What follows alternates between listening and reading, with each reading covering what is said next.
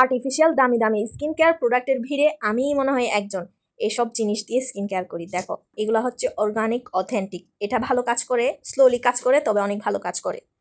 সবার আগে এই ফেস ওয়াশ দিয়ে ফেসটা ক্লিন করে নিব। আঙুলটা দেখো জাস্ট, নখটা দেখো জাস্ট, এখনো বোটের দাগ।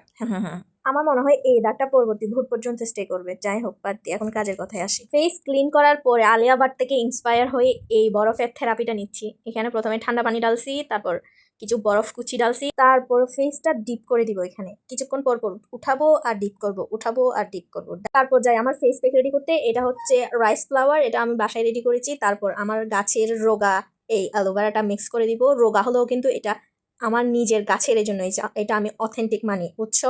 তারপর কস্তুরি হলুদ গুঁড়া দিব। এটাও কিন্তু আমি গ্রাম থেকে কস্তুরি হলুদ গুঁড়া আনিয়ে নিজে মেক করছি, বুঝছো। এটাও অথেন্টিক। তারপর পানি মিক্সড করে এরকম একটা টেক্সচার আসলে এটা ফেসে অ্যাপ্লাই করতে পারবে।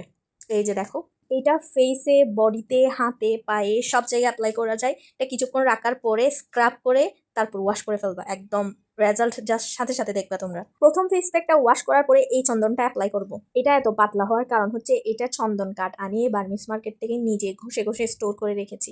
এটা ভাই একদম অথেন্টিক চন্দন। সবশেষে ফেসটা ক্লিন করে এই ময়শ্চারাইজার আর লিপ বামটা অ্যাপ্লাই করে নিব। তোমরাও কি ঈদের আগে আমার মতো এমন স্কিন কেয়ার নিয়ে বিজি থাকো? কমেন্টে জানাও।